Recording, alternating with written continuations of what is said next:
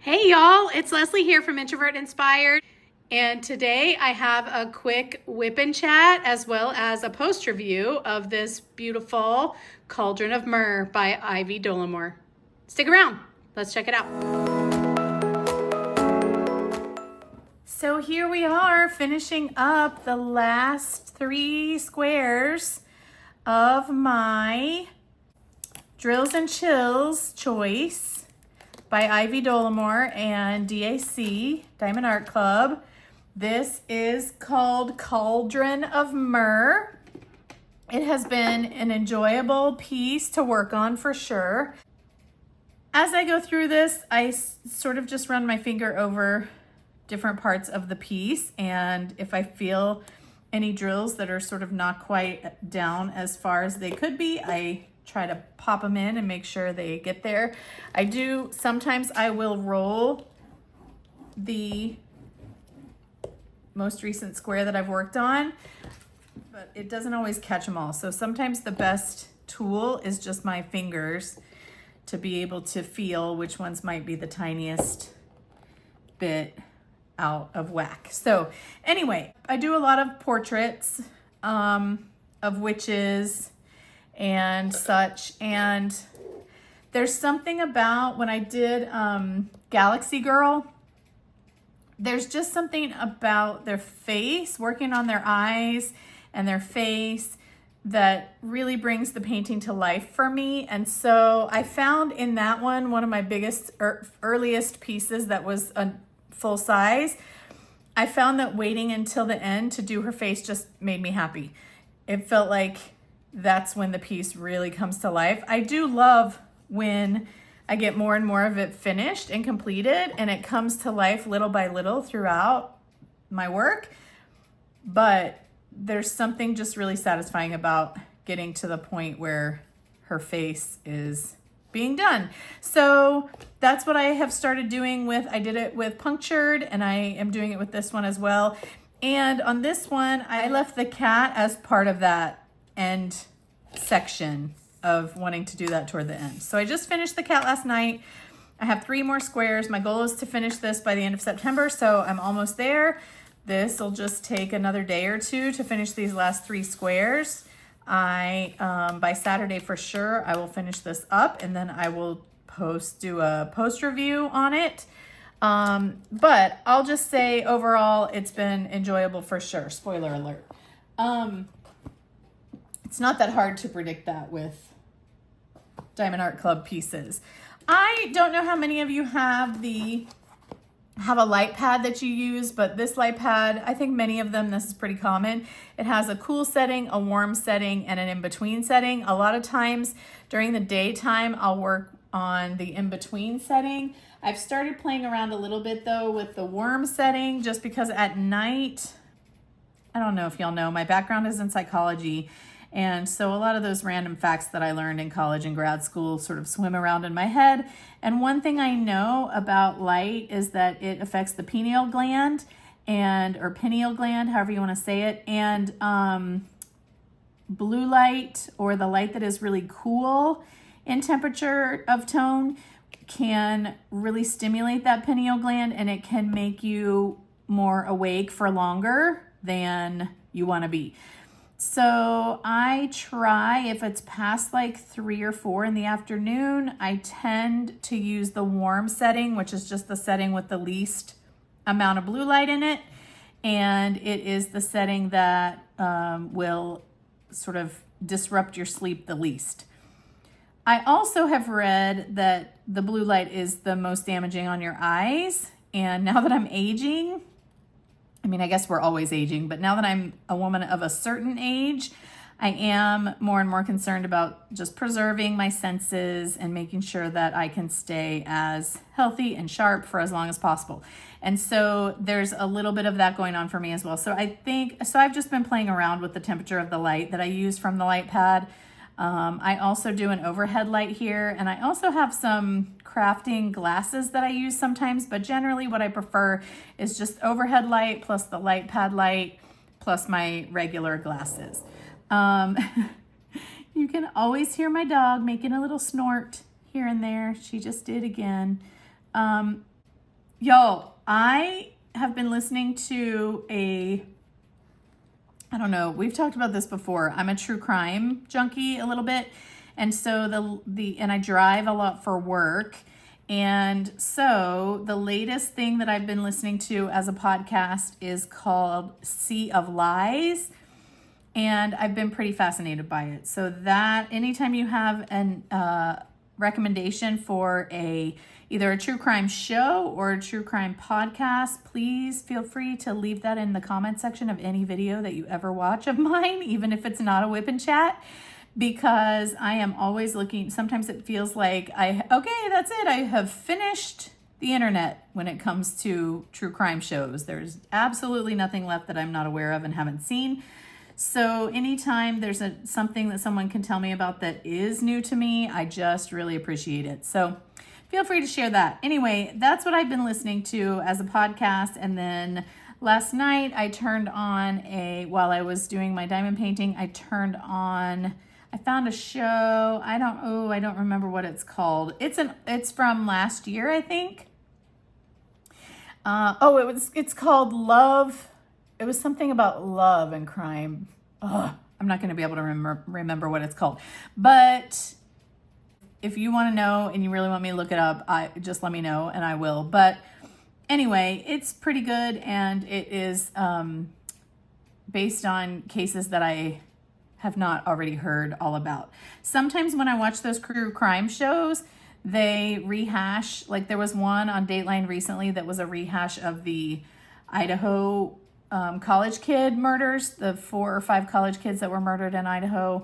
I don't need to hear that story again and again and again. Like I already have all the general details of it. And usually if they're rebroadcasting that story because they're adding an update to like what has happened with the person accused of the murder, that's always nice information, but they always put it in the last like 5 minutes after using the whole rest of the show to rehash all the details that I already know.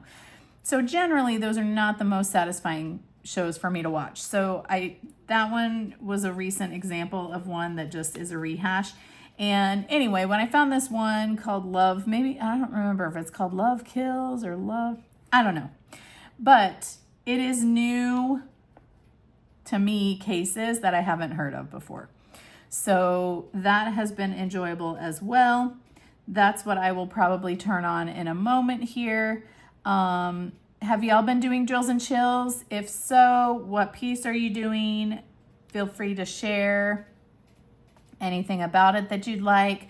I'm going to switch after I finish this one. I'm going to submit my results to the on the exit form, and then I'm going to open another witchy one that I bought for drills and chills, which is from Oraloa, and it is called A Witch in Town, and it's a fun little witch. She just is like chilling on her break from work.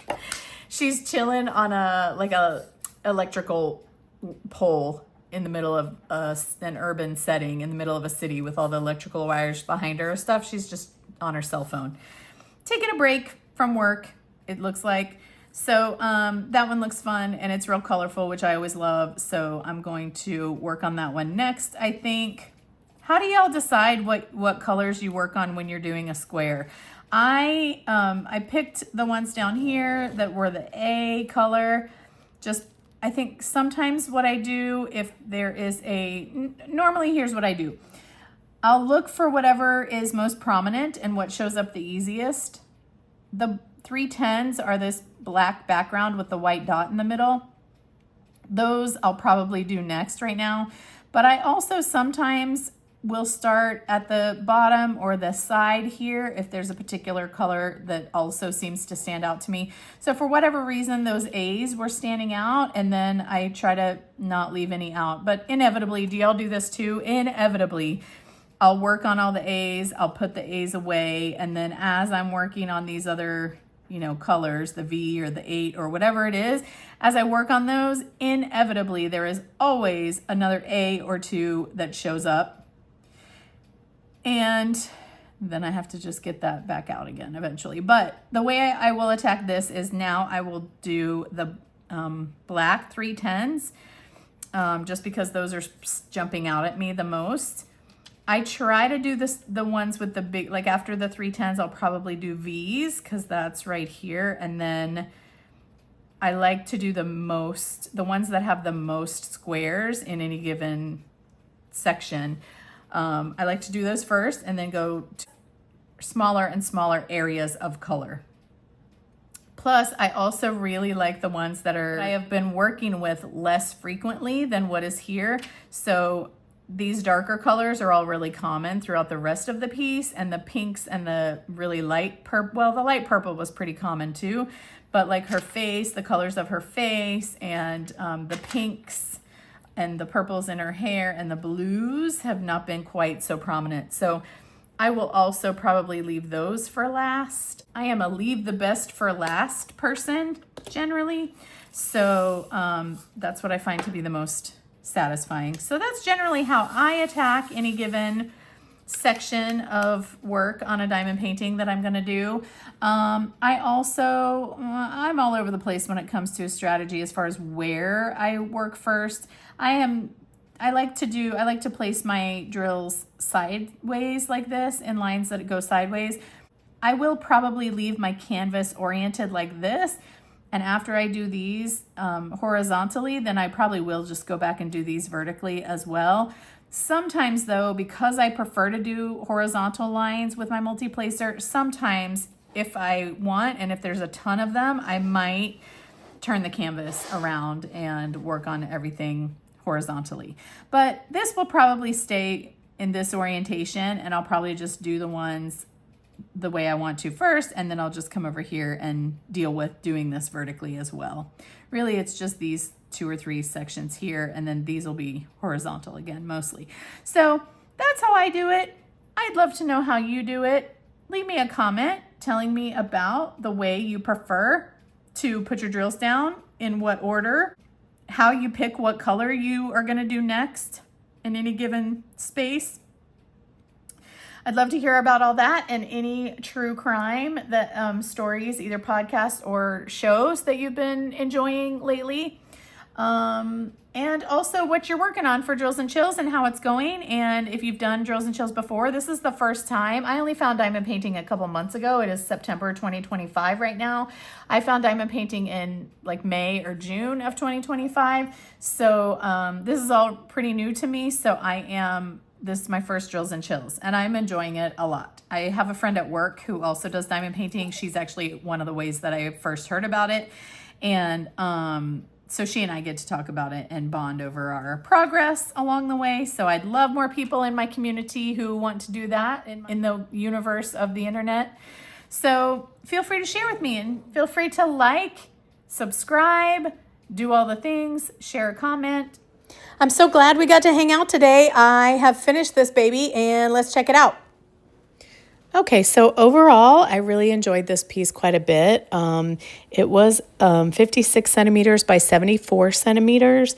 And again, it's Ivy Dolamore and Diamond Art Club. The quality was really high. The rendering was beautiful. There were some bits of confetti kind of in the top in her shelving system and in her face and hair, and a little bit in the cauldron. But then there was also pretty good color blocking throughout the rest of it, like through her legs and the cauldron at the bottom and that kind of stuff. So I found it to be a really good mix. I really enjoyed the bright colors of purples and pinks, and the blues sort of spread out, and some greens there too. Overall, just a really fun piece to work on, and I love the finished result. I'm going to get these dry mounted pretty soon so I can show you a collection of 4 or 5 before I put them on my wall. I should also say there were 50 colors in this kit, and I forget how many ABs, I think just 2, like a super light purple and a white AB. They were all really beautiful and very well placed. I just really love Ivy Dolamore's pieces, and Diamond Art Club is just so stellar. Just amazing. Really good to work on. Cute little kitty and her face. I just love it. That cat put his paw on her arm the same way one of my, I had a Frenchie whose name was Olive, and she used to touch my arm like that when she wanted me to pet her. So I really loved that too. I think if you like a good sort of medium-sized piece that is relatively colorful and has a lot of variation in colors, this might be a good one for you.